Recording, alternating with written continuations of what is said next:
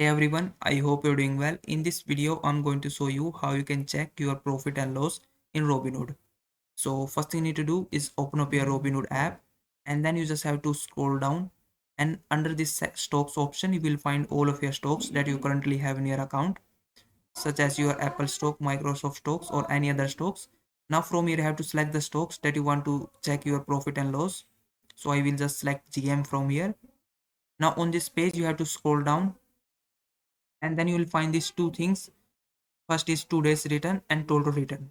So this 2 days return indicates how much you have gained in today or the current date, and this total returns indicate how much you have gained in the from the date you have purchased the stocks.